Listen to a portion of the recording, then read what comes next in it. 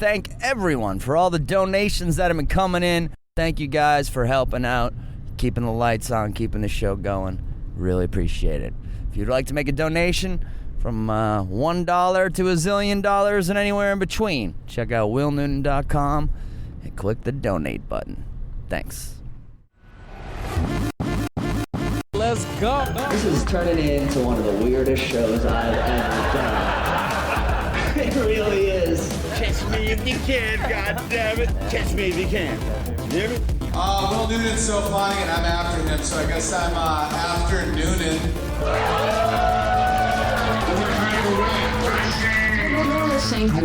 You're listening to Hypothetically with Will Noonan. Good morning, good afternoon, good evening, whatever time it is where you are. Thank you for listening to Hypothetically with Will Noonan. That is me right now. I'm coming at you from South Boston, Massachusetts. I'm at an intersection. I thought a drugged out homeless dude was just going to come up to the window and talk to us, but he chose someone else to go to. But that's a truck you can hear next to me. Oh boy, this guy looks, let's just get right down to business. Let's get right down to business, man. This fucking opium epidemic is sad, bro. I always call it opium instead of opiate. I just did it. I'll probably do it several times. And I just think that's a funny little cute thing about me, is that when Will means opiate, he says opium, which is an old-fashioned Chinese, heroin-like drug, which I've actually tried in college. I think I tried, People said it was opium, but looking back, it was probably just hash. And they were like, it's opium. But you never know. But yeah, man, I've been doing stand-up about it. A lot of stand-up jokes about it, but Oxycontin season is back, or heroin season. Pretty much one and the same to me, because one addiction kind of leads to the other. But everyone's coming back out in the streets. I have a bit that I kind of brought back about how people who do heroin are always fucking doing it out in public. I don't know what it is about that particular drug where it's always on display. But coke, alcohol. Sometimes you see alcoholics out and about, so that's not a great example. But most drug addicts and addicted people kind of keep their shit private. A lot of times they're reclusive, locked in. You'll often hear about alcoholics who don't leave the house for months at a time, but not a heroin addict. Not a heroin addict. I guess the reasoning behind it probably is that you just want to do it as soon as you get it. You can't even wait to get home and do some of that stuff. And so you just do it immediately, and then you kind of think it's going to hit you harder than it does. And then, or you think it's not going to hit you as hard as it does. And then before you know it, you're standing in a touristy section of Boston, falling asleep while standing. You see it all the time. I actually just talked to a guy. I won't reveal his name. I'm sure he talks about it, but I don't need to fucking put this guy's business out there. But another comedian who is a recovering heroin addict, but he still takes methadone every day. He's been taking methadone every day for years. I did not know this about this guy. We just happened to have this conversation because we were outside of a comedy show smoking cigarettes, and just one after another kind of doped out person kept walking by. And we're talking about it, and he's like, yeah, I used to be one of them, and I'm still on methadone. And I was like, wow, doesn't seem like a guy who's permanently on a thing like methadone to me. I don't know really how it works. Or maybe it was Suboxone. I'm sorry. I don't fucking know. I'm not personally, I don't have much experience at all with drugs like that. I have, in my career, taken, a lot of drugs you could. Before I was 25 or 24, I tried my fair share of shit. I just wanted to try things. Other than alcohol, nothing ever really, and weed, I guess. Other than alcohol and weed, nothing ever really caught a hold of me. I tried coke a few times in college. It was not for me. I really think the main reason I did it was I want to be an actor. I want to be a crazy New York guy, so cocaine's part of that. And then I tried it a few times, and I was like, oh, this isn't the reason why I do drugs. I feel like this naturally. I think I got a natural coke high that I wake up with every day. And I really do think that's, people want the drug that does the opposite of what they do naturally. So people like me who are kind of naturally have a lot of energy and naturally, I'm naturally outgoing. I have no problem talking to people. I love talking to people. So cocaine's not really the drug for me. It's like pouring gasoline on an already raging forest fire. You don't need that shit. But for me, I like to smoke pot and I love to drink, which are both things that are like, bring you down. They calm the monkey that lives inside your head that's always like, right? So to each their own, I think. So I was never the kind of guy that really got into the stuff like that. I've told the story many times. Accidentally did crystal meth. And everyone gets shocked. But, I have some excuses that go along with that. It was an accident. Thought it was coke. Not that that's a great excuse, but I was 21. Secondly, did not know what even crystal meth was back then. Now there's been shows like Breaking Bad and the Faces of Meth memes and like all kinds of, education about it. But back then, I hate to sound like old man Noonan here, but back then it was just all I knew about crystal, and that's what it was called. The word meth wasn't even attached to it yet. All I knew about crystal was that it was a big thing amongst gay guys. Someone, once I did it, that's kind of how I was like, well, so what? You did a gay drug. But yeah, I did that once, and it was a terrible idea. I would never do it again. I would never recommend it, even to try once. But, that was a long fucking time ago, and I never did it again. Never really came across it again. That was in Los Angeles. I don't know how it is now, but crystal meth was like a bigger thing. But I used to buy weed from people who did it, and bad stuff, bad scene, wouldn't mess with it if I were you. Other drugs I've tried, shrooms, did that in high school. Had a pretty good time doing it in high school. Couple times in college, and then I was like, I'm good with this too. It's not another one of my things. It's not really for me. I can go pretty deep into thought on my own. Don't really need a drug to assist me with that. To that degree. Me and my buddy Nick Ramage did some shrooms when we were like 18 and in high school. And that was the most intense like shroom trip I ever had. Where like I saw like a dragon for a second. I looked up at the sky and saw like stars and UFOs moving and all kinds of cool shit. But at a certain point, that got way too intense too, and Ramage fainted. It was a scary night. And then I had to get up the next morning and go to my brother's Harvard graduation with a shroom hangover. But I was like 18, so like at that age, like you don't have a hangover from anything. And I got through it. And I remember another time, probably the last time I ever took them, I was still in acting school, and I took shrooms all night, and thinking it was going to last a few hours, but it was pretty intense. I stayed up all night, and then I was like, well, I have acting class in the morning, and it was like this serious-ass teacher who gets super pissed at people if they don't show up. So I was like, I better go. I'm feeling fine. And I was feeling pretty normal. And then I go to class, and we had to do yoga at the beginning of acting class, and I'm like doing yoga, and I'm stretching. I remember I was like looking down at my hands as I did yoga, and the floor was like made of wood, and it was the grains of the wood were like bloop, bloop, bloop, bloop, and they were like moving and looked like animated wood. And I was like, this is obviously, I'm still feeling the shrooms a little bit right now. But yeah, man, when you're a young dude and you're young and shit, you can go deep on stuff like that. But personally, I since I quit drinking, obviously, just marijuana. And even before that, like, even for the last couple years I drank, I'm pretty sure I only drank and smoked weed. I never, really early in my life, I was like, all right, I've tried a bunch of different types of drugs. I don't need to try anymore. Luckily, I never tried heroin or anything like that. I did try Oxycontin once in high school, But I think we didn't get the real shit.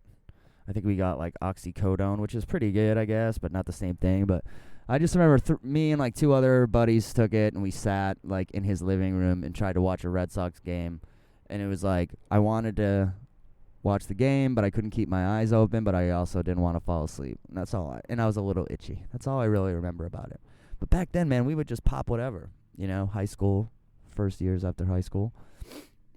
And I don't know, is that good or bad? I don't know. Everyone kind of has their own path. But luckily for me, I never really got, other than alcohol, never really got addicted to anything. What was another? Ecstasy. I tried that in high school. In high school, I had a really good ecstasy pill once. But then after that, tried it a couple more times in New York City, and it was like shitty, so I never did it again. But yeah, other than the crystal meth thing, which was just, I just had a panic attack when it was all over, and spent a couple hours like pacing in Van Nuys, California, freaking out. But I wouldn't recommend that to anyone. That was like a really bad time, especially if you have any type of anxieties or depression or stuff like that. I wouldn't pour any crystal meth onto that fire. But yeah, it's been many, many years since I've done anything like that. It's been like almost 8 years since I've even drank a drink of alcohol. So that'll give you an idea of how long it's been since I've done any of this crazy shit. But yeah, people want to know. People want to ask. But yeah, I was just down and buying myself a new bed set, a new sheets, new comforter, new pillowcases, and all that stuff. I was at Target, South Bay Target here in Boston. If you're a Boston person, you know what I'm talking about. South Bay Target is fucking sketchy. It's fucking scary down there. So I was down at South Bay Target buying this stuff, and just walking in and walking out, you see a lot of people on drugs. It makes me kind of sad, man, because, I don't even blame all the people. Like, with stuff like cocaine and even heroin back in the day, it was like, hey, man, you had to get yourself into this situation. You had to kind of seek it out. You had to go to that next level and find this harsh drug and do it, But with a lot of these people who are addicted to these pills, these painkiller opiate type pills, a lot of them are regular people to start out with. They just do what their doctors tell them, and then they get addicted to this shit. So I hope in this already completely fucked up political climate, that's one of the things they take care of. But who fucking knows, But it's definitely something you think about all the time if you live in Boston. I can't say, I'm sure you see it everywhere, but I live here, so I'll tell you what I see. But in Boston, it is everywhere. Now that the weather's good again, it's really everywhere. So pretty sad.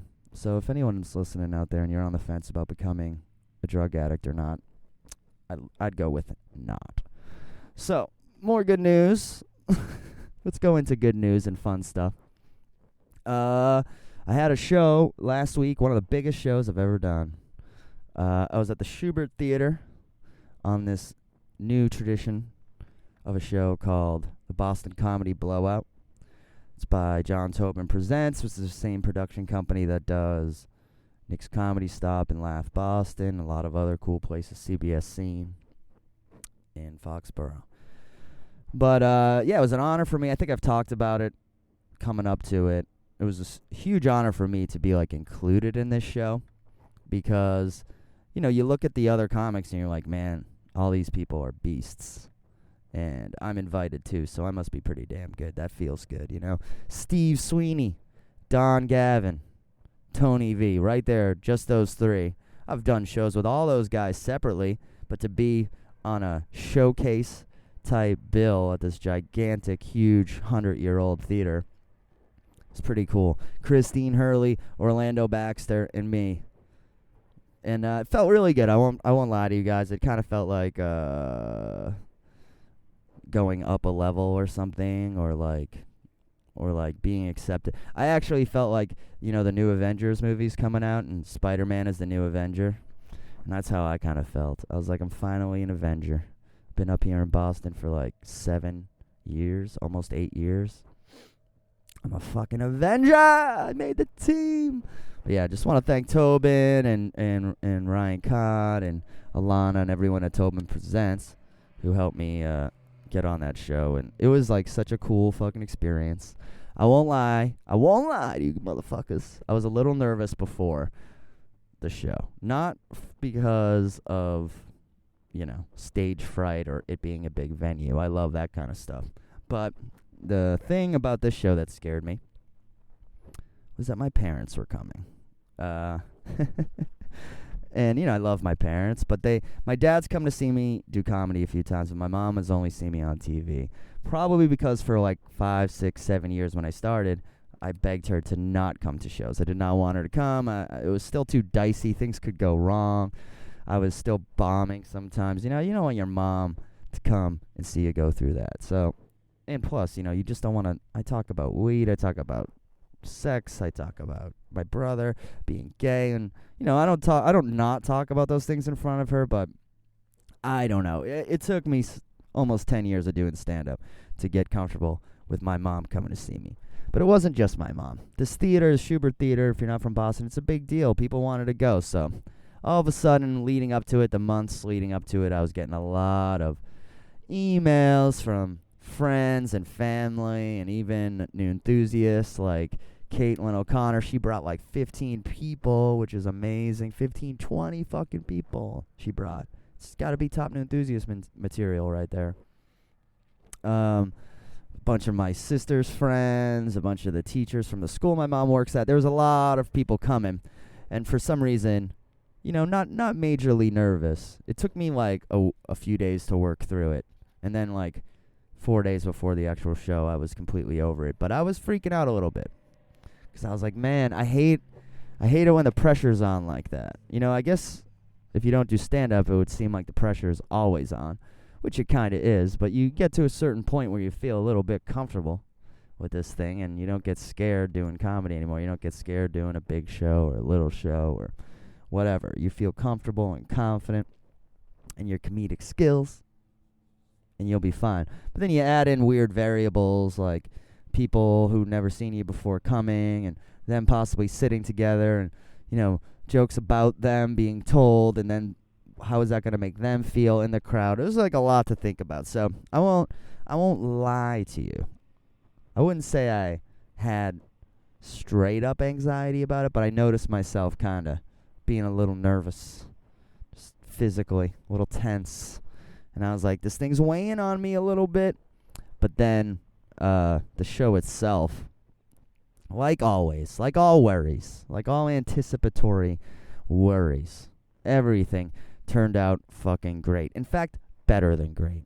It was a perfect evening. So right now, I'm going to play a little audio from that show. It was a really good time. I'll play a little audio from the Schubert, and I'll be right back.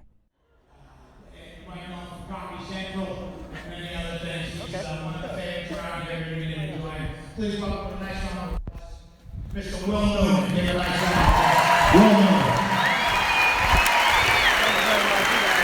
Don't die. There's a stool there. Thank you very much. One more time for the great Tony V.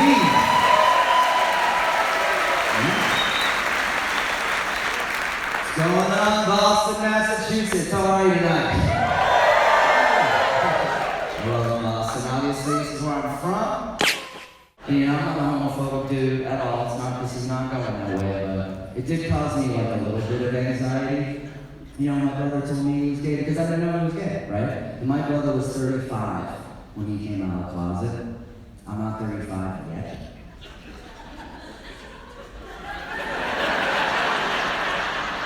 I know I have the gay DNA swimming around. It could wake up, any second. I feel like I have a gay shadow that just follows me, everywhere I go. One day he's gonna tap me on the shoulder and be like, Tom Brady is handsome. Look at his mouth.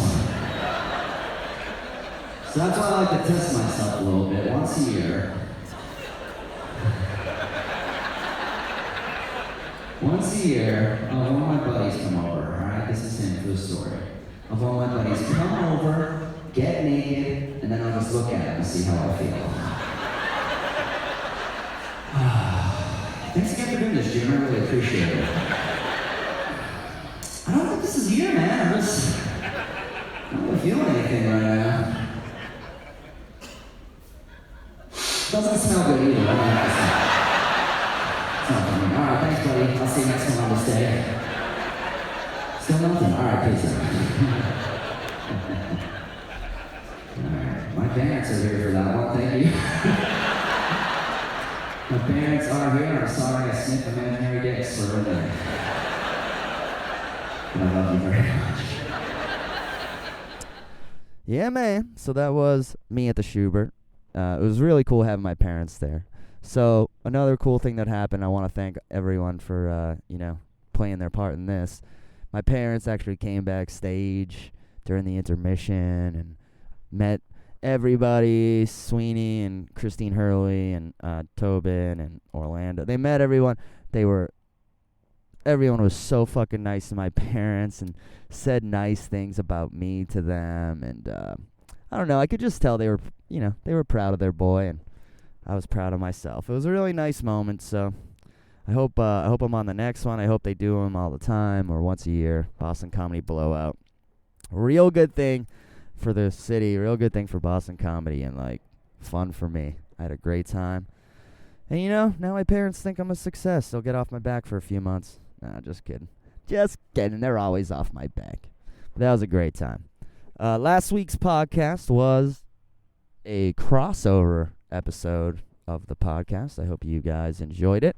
Got a lot of emails saying you did. Some people, they don't like any sort of deviation from the norm and they get pissed. But like I said, I was very busy last week. I had a lot going on. I didn't have time to record a true episode of Hypothetically. Me and Matthew P. Brown had to do this fucking podcast. We've been trying to plan me doing his podcast for like a month, and I was like, hey, 2 birds, 1 stone time. And a lot of the listeners really do like hearing when I go on another person's podcast because, I don't ask myself questions. So sometimes they ask me something that I've never talked about on here. But, yeah, Matt Brown is a great dude. Check out his podcast. I'm working on it. I thought it was a good interview. And I also just want to say I like Matt a lot. I think he's going to be he's a few years into comedy right now, and he's getting his feet solid on the ground. But I think he's going to be a great comic one day. But he's definitely a really nice dude, and he does things the right way. He's like a professional already. He gave me a $20 gift certificate to to Dunkin' Donuts when he came to do the interview, and I was like, oh my god, man, I don't think anyone's ever done this before. It's like the nicest thing ever, and it really meant a lot to me. And then I was like, man, I should be giving people stuff when I interview them. What am I fucking doing? What am I fucking doing? So, want to thank Matt Brown, Matthew P. Brown. He's got many names just like me. I want to thank him for having me on the show, and also just for doing such a great job with it. And check him out. Check him and his podcast out and his Instagram. But yeah, it's called I'm Working on It with Matthew P. Brown. Just check what you just looked at, and it's all there, baby. I had a really weird car problem this week. I know you guys love to keep abreast of what's going on with my car. There's always something. This new one takes the cake. Well, it doesn't take the cake as far as fucking my life up, but it takes the cake as far as weird car problems that I've never had before. So, just hanging out one night. Night's over, go back to my car. Actually, it was Friday. I had a gig. I was going to go do the CBS scene out in Foxborough, right? So I get in my car to go out there, and I started, and it starts fine and all that. Oh, yeah. Here's how it starts. I'm walking up to my car, and I'm hitting my car alarm, door automatic unlock button, and nothing's going off. And I'm like, that's really weird. Just got this battery, less than 2 months ago. I'm like, should not be dead already. That's odd. Maybe it's just a weird thing or something. I don't know. So I unlock the door, old school, with the key. And then I get in the car and start it up. And everything seems okay for a minute, but then I look down and I realize my lights will go on, my headlights, but the notification on my dash doesn't go on.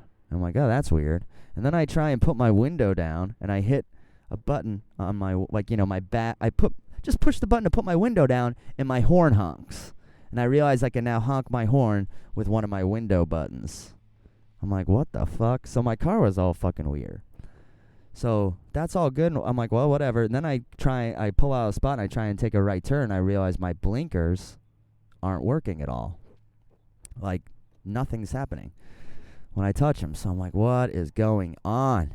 So for a little while, I'm going down the street and I get on the highway and I'm using my hazards every time I switch lanes or make a turn.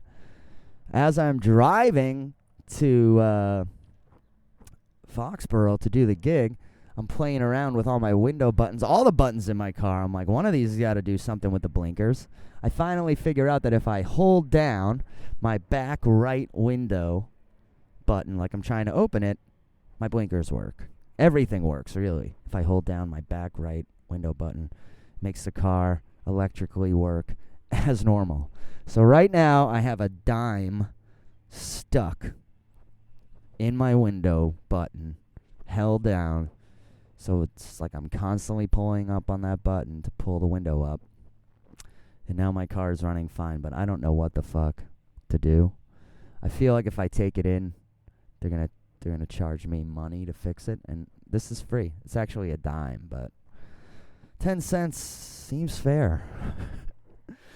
Once again, if any car guys are listening and have any fucking idea what this is, please give me a call. I'd love to find out what the fuck is going on. I called Chris Penny, comedian / auto mechanic, and he had some tips, but he also gave me one of those like, yeah, it could be nothing, it could be something really bad, I don't know. Good luck, Will. Have fun. So I was like, okay, that's weird. Let's figure it out. So right now, a dime is keeping this car running.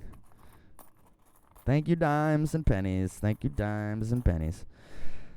Boston Comedy Softball has started again. If you were listening to my episode with Matthew P. Brown, we were talking about Boston Comedy Softball. And last night was our first official game. I had a good game, personally. No errors. That's always my biggest fear. You don't want to make an error in the field. That hurts worse than striking out, I think. Making an error sucks. I had some great catches. Yeah, I don't want to brag. I don't want to fucking blow smoke on my own ass, but made some good catches. Had a triple, RBI triple, and a run. So pretty good game for me. The team ended up losing by 1 run. Another thing happened I don't really like. There was like an argument at the end of the game, which I don't like to see at Boston Comedy Softball, man. It's supposed to be like laid back comedy softball. And I'm like, I just run out to my position in center field, taking my position, and I'm out there. And by the time I get to center field and turn around, I realize like I'm one of only 4 players on my team that's run out onto the field. I look back, and most of the team is huddled around home plate with the umpire and the manager of the other team. And they're like arguing about some shit. And I'm like, I actually have no clue what. And I'm like, what the fuck are they arguing about up there? Like, it's fucking weird. Like, why the hell would they, what would they be arguing about? We're supposed to be going into the last inning. I assume they were probably arguing about how many runs had been scored in the last inning, because we scored 6, and it's a whole fucking thing. So eventually, someone goes, the game's over, the game's over. And I start jogging in. And that's when someone's like, Noonan, how many times did you score? And I'm like, once. And then a bunch of people on my team look at me like, whoa. And then it turns out, basically, some guy on my team was like, no, it's not you guys didn't win, we tied. Will Noonan scored twice. And he was like using me scoring as an argument for why the score should be different than what it really was. But I had no idea that any of this was happening or anything involving me was going on. So I come jogging back in, and people are like, Noonan, how many runs you score? And I'm like, 1. And everyone's like, oh my God. And turns out it was like a whole thing. But really, it's funny how your name can be drug into something when you have nothing to do with the fucking anything. I know how the mistake got made, though. It's because I always run out balls, and someone hit a fucking pop fly. I ran it out. So technically, yes, I crossed home plate twice, but it only counted 1 of those times.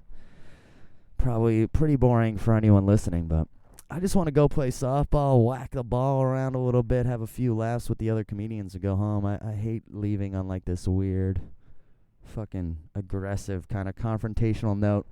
So that's why when I see that now at softball, I just walk away. Just walk away. I highly recommend, listen, if you're interested at all in Boston comedy softball, I highly recommend going way back in this podcast a couple years and finding my episode about Boston comedy softball, because I think it was pretty fucking good. It's a pretty good episode. I actually brought the microphone down with me to the field, wore it on my body as I played, caught a lot of the action, a lot of the drama, and I won't spoil what happens, but something very crazy happened, and got it all on tape. Got it all on tape, motherfuckers. Man, I'm only halfway through this bitch, and I am fucking out of things to talk about. This might be a short one this week, guys. Might be a short one. I know sometimes people get pissed when I do short podcasts, but I don't know what to tell you. I don't know what to tell you, guys. I don't always have a shitload of stuff to say. The news is fucked up today. That's all anyone's talking about. I got a little bit excited last night, but then I slept that off. Donald Trump, President of the United States, fired the guy who was investigating him for a Russian connection to the election. Someone should rap that. But yeah, man. So, you know, I don't like to get into politics, and I'm not a political dude per se, and I don't fucking get excited about this shit, but it seems to me that history is happening in front of our eyes right now, and that we're going through a time where probably our grandkids will be like, what the fuck was that like? You know? And that's kind of the more interesting part than anything. I feel like I've kind of been living that since 9/11. You got a little bit of a break in like the last 4 years of Obama. The first 4 years of Obama was still a lot of like scary, we're all gonna die, terrorism is everywhere, mass shootings are everywhere type shit. But the last 4 years of Obama were kind of like a little bit getting back to like, hey, things are getting calm and back to normal and some sort of rhythm of this country, you know what I mean? And then we had this election cycle, who everyone is to blame. Hillary Clinton, Donald Trump, the media, everyone's to blame for just kind of, you know, it was like it's like America was like a college girl with like blonde hair and like a North Face jacket, fresh off the bus from Portland, Maine, doesn't know shit, just coming to college just to have fun, just a good piece of America, you know? And then from that horrible election cycle of Clinton, Trump, and the media just going insane, that's like taking that girl in her first week of college and sending her to like the wrong party where she does crystal meth and she gets way too fucked up and she just goes on like a year-long drug bender and goes back to Portland. You know, now she's like a webcam porn star. She's got tattoos. She looks like she's aged 10 years. And she's sick. And that's like what America is like after. It's been through the ringer of this horrible election and then election process and campaigns and then ultimate election. So now we're just stuck in this like daily shit show, daily shit routine of, you know, fucking, I mean, it's sometimes it's not even once a day. Sometimes it's 2-3 times a day. Something just completely unprecedented happens. Something that's never happened before. So I don't want to go too far in like my opinion on who's guilty and who's not guilty, but let's just talk about how weird it is to be like on the outside of this. Like we are the villagers right now in Game of Thrones, you know? Whenever I watch Game of Thrones and they go through like King's Landing where the Lannisters live, and you walk by and the main characters are talking, but you see two people in the background, like just one guy's like buying an orange from another guy, and he's like, what's up with this orange? He's like, best orange in King's Landing. And the guy's like, okay, I'll take it. 2 shillings, thanks. And he walks away. It's not part of the show, really. It's just in the background. Whenever I watch Game of Thrones, I see those background villagers, And I think that's me. That's us. That's the average American.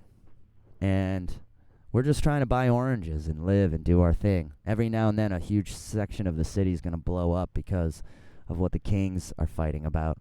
But, I can yell at them as they walk by. I can write them letters. But they're going to do what they're going to do. Shit's going to happen how it's going to happen. So that's kind of how I feel in relation to government. I vote. I try and care.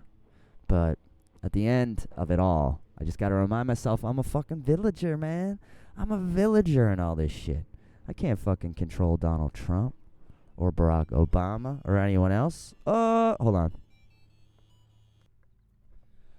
I'm back. Sorry, got a quick phone call. Had to answer. So I guess I was talking about Trump and all that shit at that moment. I'm looking at a beautiful blue jay right now. It's eating food right outside of my car. I'm in Southie next to the football field. Actually, if you guys remember many podcasts ago with Jason Cordova, probably a year ago, me and him we did an interview together, co-podcast, like right nearby here. And that day we saw a kid getting like hit by his mother on the street, and we tried to intervene, and it was kind of awkward, and I bought this kid a donut. But, a bunch of people asked me, like, from time to time, especially, like, in the months after that episode, they were like, you ever see those people again? And I was like, no, I never have. But I did see them last night in a convenience store. And it was funny because I was like, hey, this little kid was, like, kind of looking at me, like, and I was like, hey, buddy, how are you? And then he was like, hi. And then I was like, well, that was weird. Or I was like, oh, a polite little kid says hello. And then I was, like, buying my shit. And his mother came in. She was like, did you get what I told you? And I was like, oh, I know who you are now. I don't know if he remembered me or not. He was probably like, this guy looks vaguely familiar in an odd way. I can't place it. Some sort of traumatic memory. But yeah, people ask me about that. So anyway, I was talking about politics, or what politics feels like to us villagers out here living in the world. And that's what I think is kind of unfair about this whole thing. It's harder and harder to ignore. I just want to go on with my fucking life and not fucking think about Trump and Spicer and Putin and fucking everything else that's going on. But it's really hard not to. If you, like, look at Twitter or Reddit or anything, it's not just, like, news that's coming out. It's people's opinions on the news all the time. I'm just tired of it, man, from both sides. I'm tired of my liberal friends' tweets. I'm tired of my fucking right-wing friends' tweets. It's like a season of a sport that I don't care about that will never end. That's what it feels like. And I'm hoping, like, I kind of hope Trump gets impeached just to, like, put an end to this media cycle. But I'm starting to think more and more that it's just kind of never going to end. Like, O.J. Simpson was the beginning of, like, 24-hour news because they were like, oh, shit, people love to watch this. Let's put it on every day, all day. And now I feel like no matter who's the president, they're going to get pretty much, the daily fucking fuck you treatment from the media. Not saying it's not deserved right now, but I think they got to realize how good it is for ratings. And they'll keep doing it. So I feel bad for, like, the next 3 presidents. And I'll tell you who will never win for president again is, like, another celebrity. At least not for another 10 years. If this is going the way it looks like it's going. But, yeah.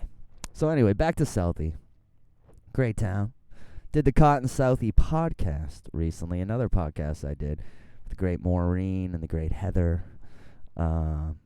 They are awesome. It was interesting. I'd never been on a podcast I've done podcasts with me and another woman. I've done women's podcasts, but I'd never done a podcast with 2 women before in the room and me. And the producer was also a woman. So it was a very feminine environment, a very female vibe where I was at, and I enjoyed it a great deal. I listened to it, and I was like, oh, this kind of sounds like a little bit different of a thing than I normally do for some reason, because we're all just humans, and they aren't comedians either. So it was really cool.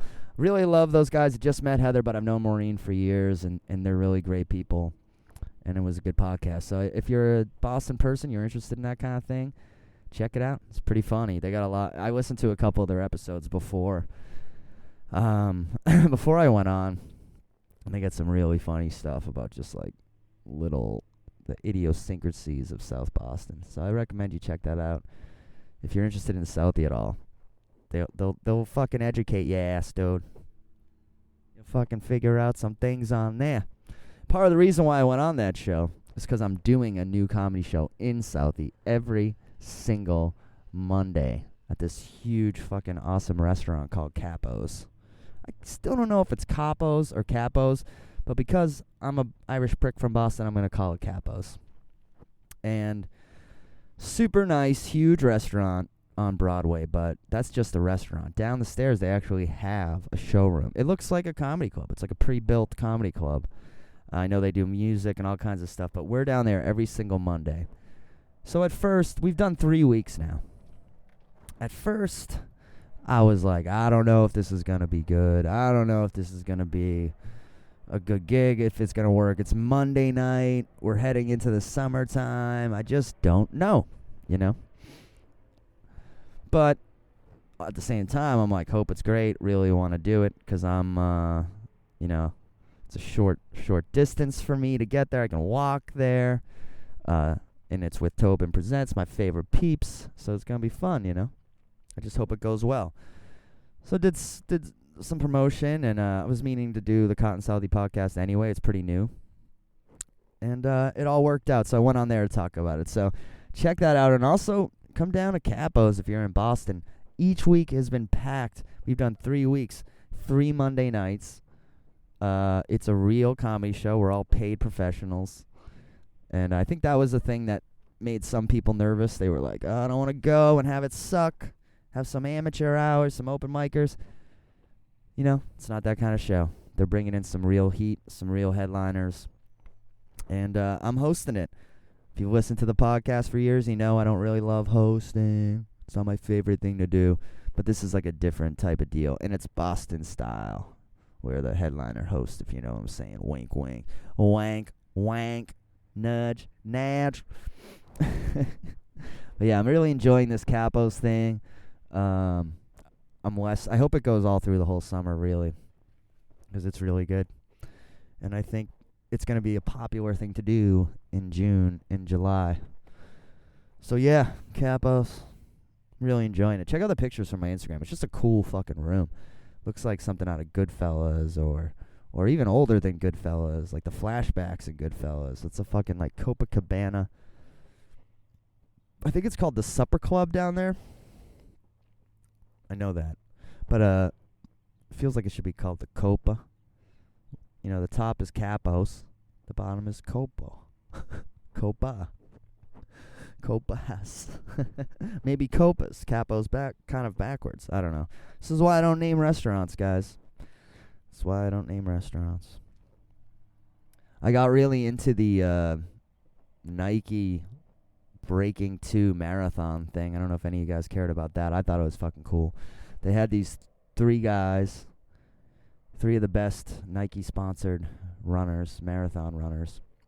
One of them was the half marathon world record holder, and I think one of them was the marathon world record holder, but I'm not sure. But anyway, no one in the history of marathons has ever run a marathon in under 2 hours.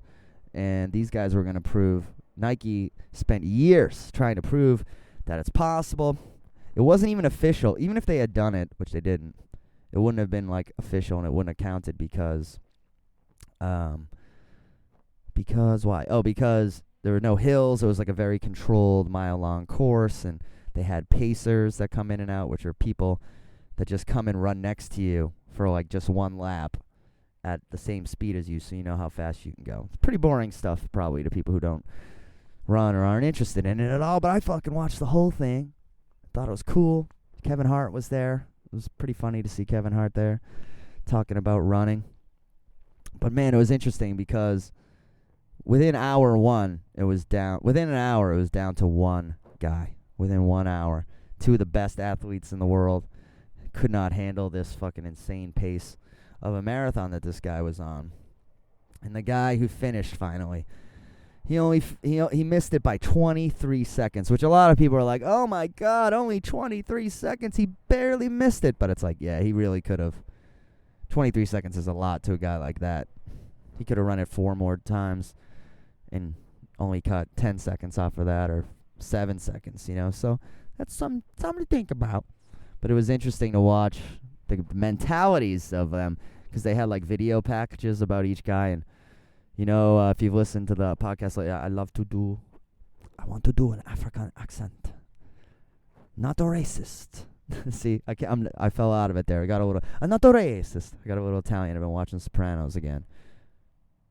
Not racist, racial. Here in Africa, we run fast. We do not like war. We do not like to fight. We like running. I just really love that accent. I love doing it. Some people think it's racist, but just because I'm trying an accent, it's not mine. Doesn't mean I'm racist. I'm not saying anything like, this accent makes me stupid and less than human. I'm not saying that. All I'm saying is it's a cool, fun voice to do. But they had video packages about all these guys, and it was interesting to see like which ones had different attitudes and different reasons for doing it. But the one guy who was like, I just run. I don't think. I run. I'm a Zen master of running. And I really like that guy the best. And he was the one who almost won. Almost. But it was still really cool to watch. And it was something like those guys were running 4-minute, 30-second miles or something like that, which is just so unbelievable. And to make it look easy. You watch it, it just looks like a robot, like running this exact same way for 2 hours, except for that one guy. But yeah, you know what? Speaking of me being racist or not with my accents, there's a lot of talk lately about Boston being a racist city, because Adam Jones from the Orioles got called the N-word at Fenway Park, which, I'm not proud of, but I'm also not surprised that it happened. I've seen people pass out. I've seen people have sex at Fenway Park. A lot of crazy shit happens there. But people were talking. To me, honestly, and I tweeted this joke, but I really mean it. I was like, this is a good sign. This is a sign that things are getting back to normal. Because every few years, Boston gets that in the media. We get that racist fucking stigma. Something will happen or something will get brought up. It's often connected to pro sports. And it's a deserved reputation. D. Brown was arrested for being a bank robbery suspect when he was playing for the Celtics. Just driving down the street. That definitely got spread through the league. Paul Pierce has had some problems in this city when he was here. And, shit happens. But I think it's something that happens everywhere. I lived in New York City, and I never saw any different type of racism or more or less racism in New York City in 9 years than I see in Boston. It's like people are going to be people. You're going to meet racist people. You're going to meet non-racist people. But I think in Boston it stands out as more of a... It's more interesting because it's sort of like counterintuitive to the rep we have, which is the most liberal place on earth. Massachusetts liberals. Massachusetts always votes Democrat. The bleeding heart liberals of Massachusetts. So when something racist happens here, people kind of love to go, oh, let's see, they're not. They're still also kind of racist there in Boston. So personally, I just think Boston's definition of racism is different from everyone else's. I'm not saying the guy who yelled the N-word at Fenway Park is part of this. That's just straight up racism. Can't defend that. That's awful. I'm wondering if it really happened or if there's a miscommunication. Because honestly, I've never seen it myself at Fenway Park. And I've never seen any racial... Other than guys from foreign countries who play basketball, I've yelled like, go back to Turkey. When I used to drink, I yelled shit like that. But I've never heard, the N-word or any racial epithets at a game in Boston. But, I've heard people say very racist things in casual conversation, but that's the same but that's the same in New York City too, man. I've heard guys drop the N-bomb casually in conversation. You're like, wow. I mean, a young guy said it to me in New York City. I've told the story a lot, but when I was doing karaoke and DJing, I was playing a lot of hip hop, and this guy was like, "Stop playing all that hip hop. Makes too many N-words, I'm not going to say it, come in. And I was kind of shocked. And I was like, wow, this guy's New York born and raised. People say Boston's a fucking racist city. You know, he's Italian. New York Italians, they keep it old school. But do I think Boston is any more racist than any place else? No, I don't. I don't think this is a racist city. But do I think there's kind of an old-fashioned segregation that kind of happens, a mental segregation where it's like those people, this people? I do think there's a little bit of that. You know, it's kind of the joke. Even with white and black comics in Boston, we joke about it all the time. You know, race. I just think Boston's kind of a little cooler with race, a little more fucking like, hey, you know? We're not going to act like people aren't different races up here. We're not going to act like everyone's exactly the same. Come on, you know? What the fuck? But but I don't know, man. You know, Michael Che said it too, the comic, and I've worked with Michael Che a couple times in Boston. Don't remember him saying anything about Boston being racist to me then. But I mean, I'm from here. Would he say it right to my face? Like, well, you're kind of racist. Your city and you are kind of racist. But oh shit. Just got a text from my buddy Pat. Check your stuff from my wallet. That's not good. That's not good for Pat. Yeah, that got me thinking. But anyway, typical white guy, can't find his wallet. What a cracker. Yeah, I just don't know, man. I don't think Boston is racist, my friends. You know, like, even my dad is a good example. My dad's a good example of the type of guy that might be considered racist by a stranger who didn't know him. But I know he's not fucking racist. But every now and then, and I'm not talking, he's not sitting around going like, you know, it's the blacks that do this or the fucking so-and-sos who do that. He's not that kind of guy, but he's the kind of guy that'll be like, oh yeah, go down to that neighborhood where all the black guys hang out, right? And someone would hear that and be like, geez, that guy's kind of racist, you know, a younger person. But that's, you know, this is like a guy who's lived through the 60s and everything like that, and he's like, hey, I'm not saying the N-word or colored. I'm fucking progressive. I'm a progressive motherfucker, you know? And he has black friends. I'm not saying any of his best friends. Actually, his best friend for a while was a black guy, and then he moved away. But he's just kind of a, I almost said call a spade type of guy. Not the choice of words you should use in this argument. But I would say he's just a calls them as he sees them type of guy. So he's not afraid to say, this person's white, this person's black. Black people live in this part of town. White people live in this part of town. Black people have this type of job. White people have this type of job. Comment. You know, we're full of stereotypes here in Boston. So I guess that could be kind of the thing. People speak pretty openly. People are straight shooters up here. So you know, basically, do I think people should say the N-word to black people, especially fucking awesome athletes who are visiting our fair city?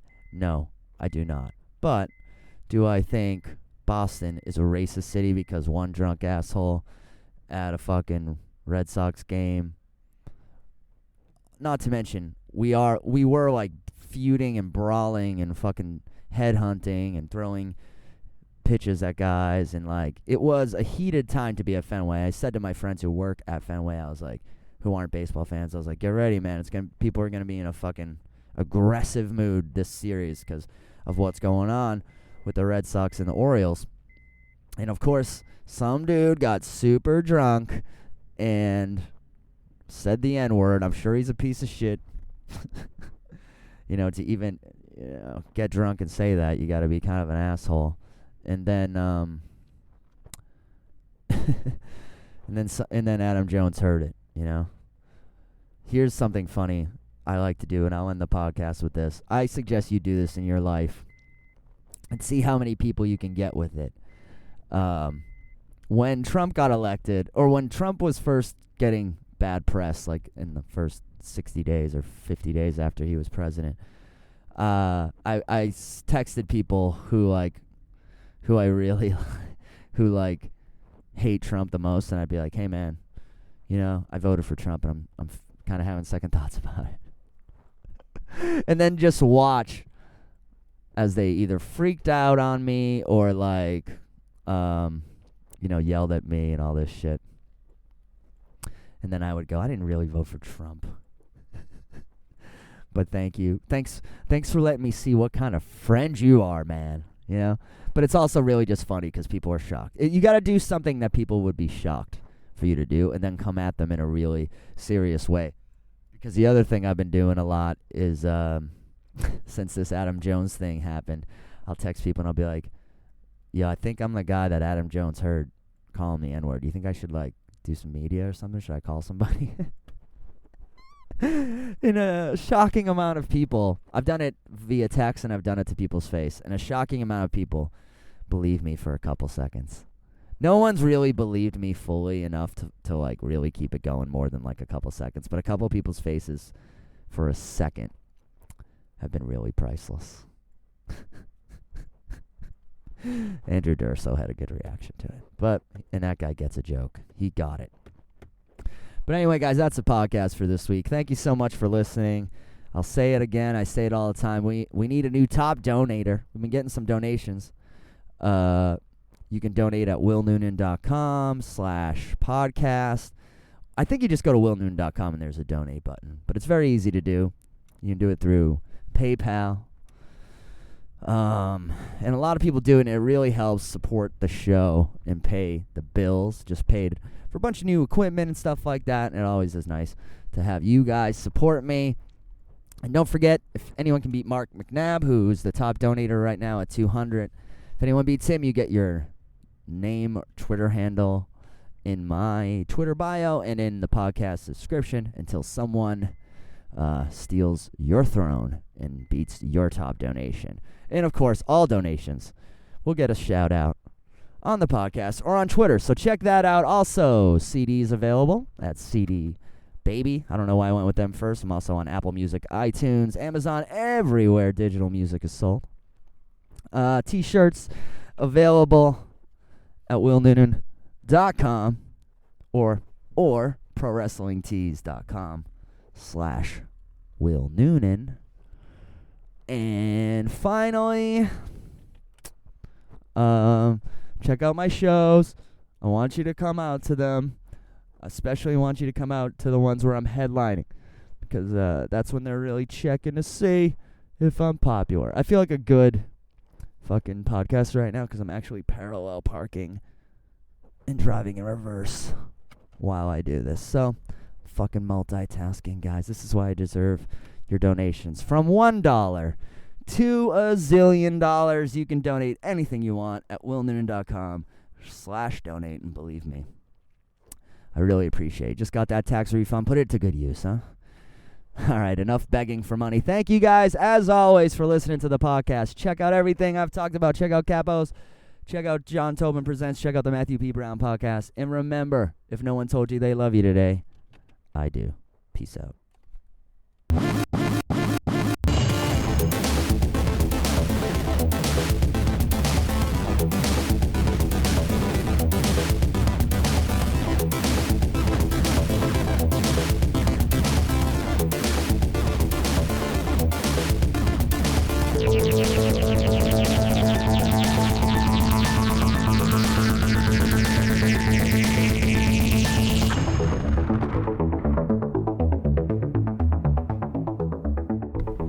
Testing. Oh, that sounds like shit. Test. Hello. Good morning. I don't know if it's the fucking headphones or the mic. Hopefully not the mic. It sounds kind of shitty. I think it's the headphones. Good morning.